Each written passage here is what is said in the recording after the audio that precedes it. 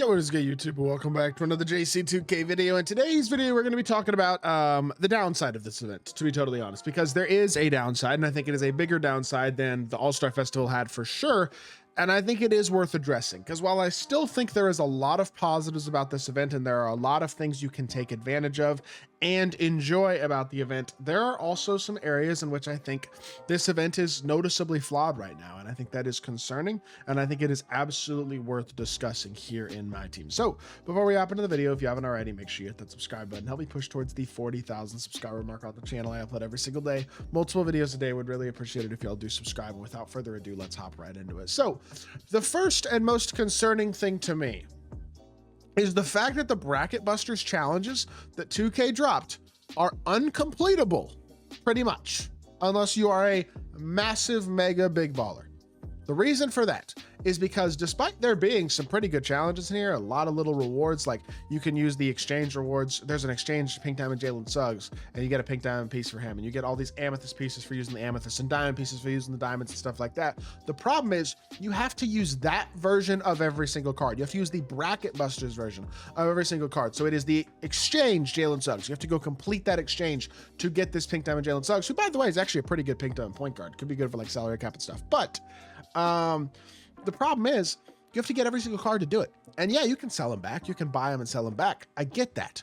The problem is when you get up into the Dark Matters, Adam Morrison, Lonzo Ball, David Robinson, these are already cards that are likely going to be too expensive for the average My Team player to be able to attain. And then you have 100 overall Chris Webber required to get this 100 overall piece and to complete the entire set. Even if you were to, let's say you had 1.5 million MT and you buy and sell back every single card to complete every single other challenge, which you could do. You'll get 3 Dark Matter pieces for that and stuff. And if you have that much MT and you really want these pieces and you want to make MT from this event, or you want certain players and things, that's honestly not the worst idea. You'll lose some MT for buying and selling back cards, but it's not the worst idea I've ever heard. The problem is this card's going to be 6 million MT. That's not attainable for like 90% of the community at least. So unfortunately, kind of is what it is. Like, this is pretty much not, I said 90%, 99% of the community isn't going to be able to attain this card. And therefore it's like, it takes away from any excitement and any greatness, I guess, about this event in general. You know what I mean? And that's a shame, because I really want to have a positive outlook and be excited about the content this weekend. And right now I'm not certain that is, I don't know. There's a lot to like, you know what I mean? Because the badge packs are back and the takeover packs make you good MT, and there's a lot of good, but like a lot of good budget players, so many good free cards that are attainable and attainable realistically too. And I mean, if you have the MT, I don't really even mind. I don't think this is how it should be, but you could go do all the Dark Matter and below ones over the next day or two. The Weber take ruins it. And honestly, what this should have been is this should have been completing challenges with any version of every single one of these cards. That's what it should have been. And if you have to make the rewards slightly worse to do that, okay. But that's what this should have been. And instead, this is unattainable for 99% of the community. And that is a shame, because that takes away the grindability of this event to start with. Number 2, the next biggest complaint is the fact that I think the card most people were most excited about, Dark Matter Zach Edey, is basically another 100 overall. You need 1,900 overall pieces to get this Zach Edey. That is going to cost a ton of money. Therefore, he himself is also not particularly attainable. And that is another big negative so far of this event, in my personal opinion. And so you're already at a couple of like real negatives, I feel like, with this event, because the cards themselves are more expensive and therefore harder to get, because I say more expensive, they cost more pieces to get for these top tier guys, because they know everybody wants Zach Edey. So they made him basically another 100 overall. He's going to be unattainable unless people spend a ton of money. And like, there's a lot of good in this exchange as well, but things in general do seem like they're a bit more expensive. 20 pieces for Jarrett Culver, 15 for Miles Bridges. I think the most expensive card last time was Karl Malone for 10 pieces. Like Juan Dixon's 15 as well. It just, everything's a little more expensive. 8 Pink Diamond pieces, 5 Pink Diamond pieces. It's My Team inflation. Everything's gone up a bit in price. And while everything is going to be attainable, I would think, from Opal and below pretty much, even as a free-to-play player, because I think we're probably going to get at least one grindable 100 overall piece this weekend from Triple Threat Park. Obviously, the Hoff box guarantees you 2 of them if you want.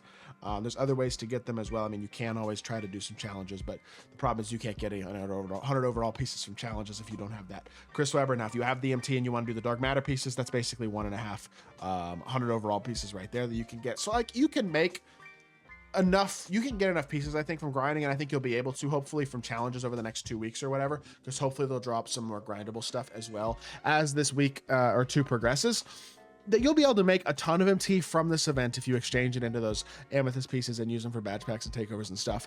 And then you'll be able to get a bunch of good like budget cards and things of that nature. And like, that's really good. There is a lot to like. It's just hard to overlook the fact that it's all everything else kind of mid. You know what I mean? Like even here, the Hoff box is great. It's really good value. I personally believe it's guaranteeing you a lot of high quality stuff. And even if your dark matters are bad and you get an opal out of the dark matter equal chance pack, I mean, you have a 5% chance at 100 overall. You're guaranteed 3 legend badges, 10 Hoff badges, and either the best coach in the game and one 100 overall event card, or 2 100 overall event cards if you don't need the coach. Like, this is good value, but everything else really isn't. The 100 overall box, I don't think is that good of value. All these extra special offers and stuff, I wouldn't say any of them are particularly good value. And it's just like, look, this is still a good event. This is still the best my team has been and will be likely for the next month or so, but it is not by any means perfect. And I would like to see it be a little bit better. You know what I mean? I don't know. That's just my thought. It's just my thought process. Like, I'm not going to sit here and act like this is the worst event ever. This is really good for the game still, but it just does feel like they have shifted this event and this time towards more of that trying to squeeze you for every single last dollar mentality that has been very prevalent in 2K over the last couple of years. And that's a shame when the events have been kind of the bright spot in that this year, even with the money spent aspect of it that's been there all year with Shay and Vincent, Shaq and guys like that. Now it's like even more so that way. And the fact Edey's unattainable is disappointing. I was really hoping he'd be like a maximum of like maybe 20 dark matter pieces. He'd still cost money even then though. It's like 38 is just too much, man. I don't know. That's just my thoughts. It would be really nice if he was free. If he was free, I think I'd be a lot less disappointed about the rest of this, honestly. But there's a lot to like. Like, I'm not going to sit here and say there's not. There's multiple dark matter dynamic duos. The Joakim Noah Corey Brewer duo is insane, by the way. I will have a gameplay coming on that duo at some point, either today or tomorrow, because it's legitimately cracked. Like, I think this is a really good event still. There's a lot to like. I hope y'all are able to find the fun and find the enjoyment in this, even if it's not perfect, because it certainly isn't perfect, and yet I still think it can absolutely be enjoyed. So with that being said, that is going to do it for today's video. I hope y'all did enjoy. If you did, make sure you hit that like button, leave a comment, and subscribe. I'll be back with more 2K content very, very soon, and I appreciate y'all. Peace.